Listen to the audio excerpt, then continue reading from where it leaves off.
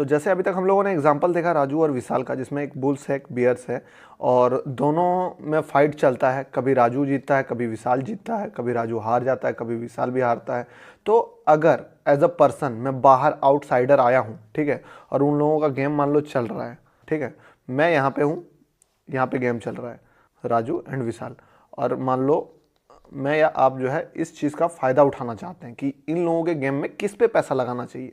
ये तो बेटर हो गया। प्लस आपको ये भी पता है कि राजू भी जीतता है, विशाल भी जीतता है। किसी दिन राजू का टाइम चलता है, किसी टाइम विशाल का टाइम चलता है। यानी कि पैसा किस पे लगाना है ये तो मैटर करता है, बट उससे भी मैटर करता है कब लगाना है। सबसे बड़ा इंपॉर्टेंट सवाल, कब राजू का टाइम है, कब विशाल का टाइम आने वाला है, वो समय कब आएगा। तो मैं मान लो 1,00,000 रुपया अपना लगाना चाहता हूँ आउटसाइडर इसके साथ, जिससे कि मैं प्रॉफिट कर पाऊँ इन दोनों के फाइट में। तो यही चीज़ का जो है मार्केट में हम लोग एनालिसिस करते हैं कि मार्केट में काम कैसे चल रहा है, हर चीज़ उस चीज़ का हम लोग एनालिसिस करेंगे कि कब गेम पलट रहा है, कब राजू से विशाल का बारी आ जाएगा, कब विशाल से राजू का बारी आ जाएगा, कब बुल्स जीतेगा, कब बियर्स जीतेगा, वो सारा चीज़ हम लोग एनालिसिस कर सकते हैं। अब इस एनालिसिस का देखा जाए तो 2 तरीका है। क्या तरीका है? मान लो राजू का ही एनालिसिस करेंगे या विशाल का एनालिसिस। अब 2 तरीका क्या हो जाता है कि हम लोग देखेंगे कि जिस पे हम लोग दाव लगा रहे हैं वो कितना एजुकेटेड है, उसका फाइनेंशियल कंडीशन कैसा है, वो कितना एक्सपीरियंस्ड है इस मामले में, ये सारा चीज़, इसको कहते हैं हम लोग फंडामेंटल एनालिसिस, जो अभी मैं आपको दूसरे एग्जांपल के साथ बताने वाला हूँ। बट दूसरा चीज़ क्या है कि हम लोग अगर इसको छोड़ देंगे, राजू कौन है, विशाल छोड़ के हम लोग सिर्फ इसके प्राइस मोमेंटम को, जो कि कैंडल के साथ देख रहे थे हम लोग कि प्राइस ऊपर नीचे जो कर रहा था, इस चीज़ का अगर हम लोग एनालिसिस कर रहे हैं, जिसको कहेंगे हम लोग टेक्निकल एनालिसिस, तो हम लोग 2 तरीका कर सकते हैं, फंडामेंटल और टेक्निकल। अब इस चीज़ को और अच्छा समझने के लिए हम लोग एग्जाम्पल एक देखते हैं, अनियन का एग्जाम्पल। थोड़ा देखो लंबा जाएगा मानता हूँ, लेकिन बेसिक से बहुत सारे लोग हैं जो थोड़ा बिगनर हैं, उनके लिए भी ये चीज़ हो जाए, इसलिए मैं इस चीज़ को बेसिक से बताना चाहता हूँ। तो देखो, आप फंडामेंटल एनालिसिस या टेक्निकल एनालिसिस या दोनों, वो सारा चीज़ को जो है समझते हैं इस चीज़ में। अनियन का एक चीज़ आप नोटिस किए होगे कि नहीं किए होगे पता नहीं, बट मैं आपको बता देता हूँ कि कई बार ऐसा होता है कि अनियन 10 रुपये तक नीचे आ जाता है, इतना प्राइस डाउन होता है उसका। और कई साल आप लोगों ने देखा होगा कि अनियन का प्राइस बढ़ते बढ़ते बढ़ते बढ़ते 90 रुपीज़ को टच करता है।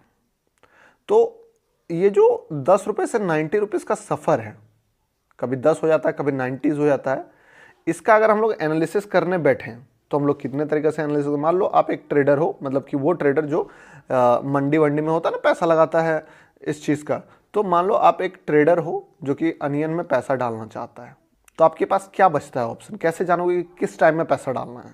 पहला ये चीज़ है कि आप मार्केट में गए, प्रोडक्शन पता किया, कितना प्रोडक्शन हुआ। मान लो आपको पता चलता है 200 जो है मेट्रिक टन प्रोडक्शन है, और जो डिमांड है इंडिया का वो करीब करीब 150 डिमांड है। तो आपको क्या दिख रहा है कि ज़्यादा सप्लाई हो गया है, जितना अनियन होना चाहिए था उससे ज़्यादा अनियन जो है उपज गया है, और अनियन का रेट मान लो चल रहा है 90 हाईएस्ट पे।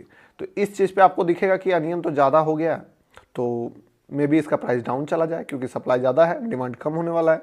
इसी के उलट आप देखें कि अनियन का डिमांड है 200 मेट्रिक टन और सप्लाई मात्र इस साल 100 हुआ है, और प्राइस अभी 10 रुपये पे है।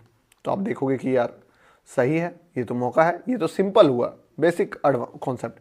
इसके एडवांस में आप मौसम का देख सकते हो कि इस साल मौसम कैसा रहा, इंपोर्ट इंडिया कैसा कर रहा है, एक्सपोर्ट इंडिया में कैसा चल रहा है, कितने बाहर के देश को इंडिया एक्सपोर्ट कर रहा है, उसके बावजूद गवर्नमेंट का कुछ पॉलिसी है क्या, क्या चल रहा है पूरा सिचुएशन, सारा चीज़ जो आप एनालिसिस करोगे, ये एनालिसिस कहलाएगा फंडामेंटल एनालिसिस। इसमें आपने एक चीज़ को कभी नोटिस नहीं किया कि प्राइस पे ध्यान नहीं दिया आपने क्या देखा, प्रोडक्शन कितना है, खपत कितना है, डिमांड कितना है, इंपोर्ट कैसा है, मौसम कैसा है। पर अगर आप इसी चीज़ को सब छोड़ के एक सिंपल प्राइस ग्राफ बना लो, मान लो जैसे ग्राफ बनता है एक्स एक्सिस वाई एक्सिस, जिसमें ये प्राइस हो कि 10, 20, 30, 40, 50, 90, और यहाँ प्राइस हो 2011, 12, 13, 14, 15, 16, 17, और आप प्याज अनियन के जो रेट है उसको ऑब्जर्व करना शुरू करो कि क्या हो रहा है अनियन के रेट पे, कैसे अनियन का रेट मूव करता है। आपको एक चीज़ नोटिस मिलेगा कि जो अनियन का रेट है वो हर 1 से 2 साल में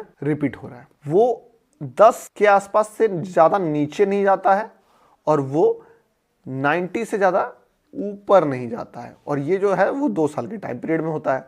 तो यहाँ पे आपको एक बेसिक चीज़ दिखता है कि अगर मैं एक लाइन यहाँ पे खींच दूँ रेसिस्टेंट, इससे ऊपर जा नहीं रहा है, और अगर हम लोग एक लाइन यहाँ खींच दें तो मान लो ये सपोर्ट, जिससे प्राइस नीचे जा नहीं रहा है। और इस चीज़ का एनालिसिस किए जब हम लोग देख लिए ये चार्ट, तो हम लोग क्या देखें कि अभी प्राइस 90 है, यानी कि अभी अगर अनियन में हमको इन्वेस्ट करना है कुछ पैसा कमाने के लिए शॉर्ट टर्म, तो ये रेट सही रेट नहीं है, इस रेट में नहीं खरीदना है। लेकिन मान लो जब ये रेट यहाँ पे आ गया, 10 के रेट पे चल रहा है, तो क्या लगेगा यार सही बात है, अभी जो प्राइस है ये प्राइस बेस्ड है, क्योंकि मेरा एनालिसिस बता रहा है कि जब भी 10 के रेट पे अनियन आया है, ये अनियन का प्राइस बाउंस बैक किया है और यहाँ तक गया है।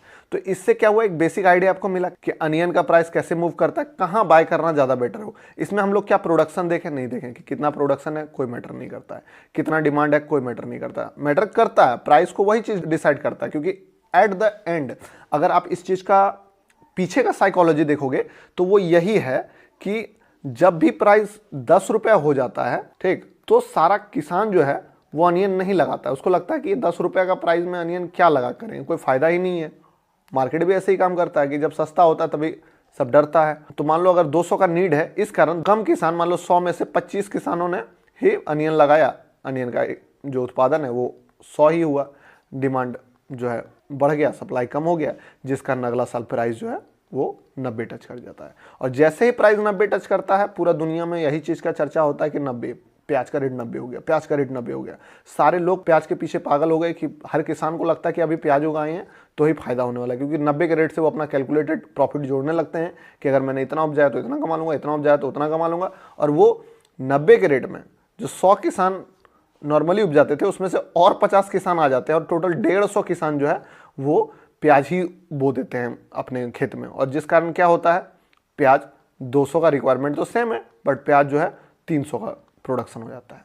तो ये जो आप एनालिसिस देख रहे हो, ये लिंक यहीं से हो रहा है, प्राइस से ही लिंक हो रहा है, यहीं पर वो चीज़ है, इंटरकनेक्टेड है दोनों। बट आप अगर इस चीज़ को, होल थिंग को अगर नहीं भी एनालिसिस कर रहे हो, सिर्फ इस चीज़ का एनालिसिस कर रहे हो, तो भी आप समझ जाओ। देखो सिंपल सा एक फंडा मैं आपको बताता हूँ, प्राइस एक्शन हो या फिर सपोर्ट रेसिस्टेंट हो या ट्रेंड लाइन हो, ये क्यों काम करना शुरू किया आपको पता है? क्योंकि ये साइकोलॉजी पे चलता है ये चीज़। लोगों को ये प्राइस सस्ता दिखता है तभी वो बाय करते हैं। एक बार चलो गलती से 10 का प्राइस किसी को सस्ता लगा, बट जब 10 के प्राइस से वो 90 जाता है ना, दूसरी बार वापस जब 10 आने वाला होता है, बहुत सारे लोगों के माइंड में पास्ट में जो वो देखें, क्या देखें इवेंट कि 10 से ऊपर चला गया था प्राइस, 10 से नीचे नहीं आया था, तो वो वेट में रहते हैं कि जैसे ही 10 से नीचे तो नहीं जाएगा, भले वो सपोर्ट जाने, रेसिस्टेंट जाने, ट्रेंड लाइन जाने या ना जाने, बट माइंड में कहीं ना कहीं ये चीज़ जो है उनका बैठा रहता है। इसलिए आपको एक बात बताता हूँ, बैंक निफ्टी हो या फेमस स्टॉक हो, उसमें आपका प्राइस एक्शन कभी कभी काम नहीं करता है, कभी जानबूझ के स्टॉप लॉस हंट होता है, बहुत सारा चीज़ होता है। पर अगर आपको प्राइस एक्शन का बेसिक चीज़ें देखना ना, कोई स्टॉक IPO के दिन, जिस दिन लिस्ट होता है ना, आपको बताता हूँ, आप उसका जाके 1 मिनट का चार्ट, 5 मिनट का चार्ट, जिस दिन भी लिस्ट हो, पेटीएम का देख लो, नायका का देख लो, जिसका भी देख लो, मैचडॉक का देख लो, बहुत सारा कंपनी जो भी लिस्ट हुआ है, देखना कैसे प्राइस एक्शन फील करता है, और प्राइस को देख के अपना थॉट प्रोसेस समझने की कोशिश करना कि काम कैसे करता है ये चीज़। ये थोड़ा सा एडवांस हो गया, आने वाले टॉपिक में उसको भी हम क्लियर करेंगे, बट अभी समझो कि ये जो सपोर्ट है, ये जो रेसिस्टेंट है, या जो प्राइस का मोमेंटम है, ये क्या बता रहा है आपको, ये काम कर रहा है, इसीलिए ये काम कर रहा है, ठीक है। बट हम लोग इस चीज़ को ध्यान न देते हुए सिर्फ इसका एनालिसिस कर रहे हैं, क्योंकि दिमाग में ज़्यादा डेटा डाल के करना क्या है, जब हम लोगों को काम निकालना है, मतलब से मतलब है, तो वो चीज़ हो गया। लेकिन अगर हम लोग ये भी एनालिसिस कर रहे हैं तो इसके पीछे का साइकोलॉजी जो है वो भी सेम है। अब हम लोग जब एडवांस इस टॉपिक में आगे बढ़ेंगे तो हम लोग साइकोलॉजी को, मार्केट के जो साइकोलॉजी है, क्योंकि किसान का साइकोलॉजी, यहाँ पे मार्केट का साइकोलॉजी नहीं हम लोग समझ रहे हैं। हम लोग क्या समझ रहे हैं कि किसान का माइंड में क्या चल रहा होगा, जो फार्मर है वो क्या सोच रहे होंगे, वही अल्टीमेटली डिसाइड कर रहा है कि प्राइस क्या होगा। ये जो चार्ट बन रहा है, ये जो प्राइस एक्शन अप डाउन बन रहा है, वो किसके कारण बन रहा है? वो फार्मर के साइकोलॉजी के कारण बन रहा है। फार्मर को जब ग्रीड फील होगा तब प्राइस जो है अगला कुछ दिन में डाउन हो जाएगा। फार्मर को जब फियर ट्रिगर होगा वो अनियन रोपना बंद करेगा, अनियन को खेती बंद करेगा और अनियन का प्राइस बढ़ जाएगा। तो कहीं ना कहीं जब हम लोग टेक्निकल एनालिसिस करते हैं तो लोग बोलते हैं कि प्राइस सिर्फ देख रहे हो। देखो मार्केट के, इसीलिए आपको हर्ट में घुसना ज़्यादा इंपॉर्टेंट है।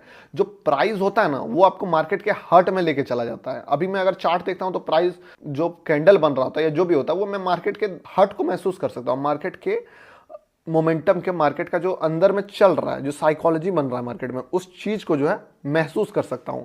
ये चीजें बाद में लोगों ने पेन पेपर पे ड्रॉ करके समझना शुरू किया कि ऐसे काम करता है। बट मान लो अभी किसान को ये चीजें पता भी नहीं है। मैं जो आपको एग्जांपल दे रहा हूं, जैसे ट्रेडर में तो ये सपोर्ट रेसिस्टेंट चलो बहुत ज्यादा फेमस है, आपको भी पता है बेसिक सपोर्ट रेसिस्टेंट। बट सोचो, क्या कोई किसान को पता है कि ऐसे इसके अनुसार उसको प्लान करना चाहिए?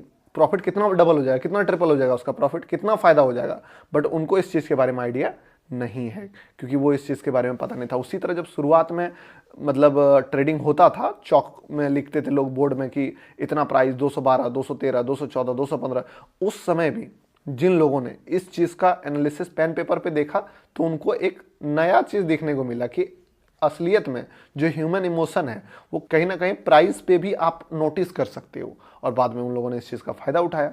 तो बेसिक चीज़ें आपको समझ में आ गई कि क्यों करते हैं हम लोग एनालिसिस। फंडामेंटल एनालिसिस का माइनस पॉइंट भी यही है कि प्रोडक्शन का पूरा रिपोर्ट आने में टाइम लगेगा, डिमांड का पूरा रिपोर्ट आने में टाइम लगेगा, पूरा इसमें मतलब होता है ना क्लैरिटी। अब क्या पता कि प्रोडक्शन आपको पता चले कि 100 ही हुआ है, बट अंदर में बहुत सारे ऐसे हैं जो गिनती में नहीं आया, जिस कारण प्रोडक्शन, जैसे कि सेम कंपनी में भी बात करें कि रेवेन्यू मान लो दिख रहा है 100 करोड़ का, बट वो 100 करोड़ का रेवेन्यू में कितना सच्चाई है। बहुत सारी कंपनी इस चीज को भी घुमा फिरा के फेक कर देते थे पहले, अभी भी करते होंगे पता नहीं।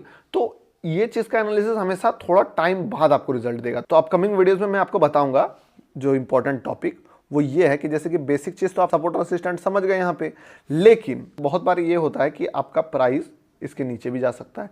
तो मैं आपको बताऊंगा कि इस जगह पे जो हम लोग राजू का कैंडल देखे थे, विशाल का कैंडल देखे थे, वो कैंडल स्टिक देख के हम लोग कैसे डिसाइड कर सकते हैं कि वो प्राइस जो है मुड़ गया। क्योंकि हर बार आपको ये तो मौका मिलेगा नहीं कि आप 2 साल में सिर्फ एक ट्रेड लोगे प्याज का 10 रुपए पे। आपको तो डेली लेना है, आपको तो वीकली लेना है, तो आपको जो ये सब मोमेंटम है ये सब भी पकड़ना है ना। तो आपको पता कैसे चलेगा कि कहाँ से मार्केट टर्न हो सकता है, कहाँ पे जो ये सपोर्ट है वो एक्चुअली सपोर्ट बन रहा है, कहाँ पे रेसिस्टेंट बन रहा है, वो अपकमिंग वीडियोस में क्लियर हो जाएगा। टेंशन मत लो, कंप्लीट वीडियो देखते देखते सारा जो अपकमिंग वीडियोस आने वाला है आपका माइंड पूरा क्लियर नहीं कर दिया तब आप बोलना, एक एक डाउट आपके माइंड में नहीं रहेगा। साथ ही आप मार्केट को जो होता है ना, जैसे कि मैं बताता हूँ ना आपको कि मार्केट के हर्ट में मैं घुस जाता हूँ देखते देखते, तो मैं वादा करता हूँ मैं आपको भी उस लाइक बना दूंगा। नेक्स्ट वीडियो में इसी का एडवांस कॉन्सेप्ट समझेंगे, तब तक के लिए बाय।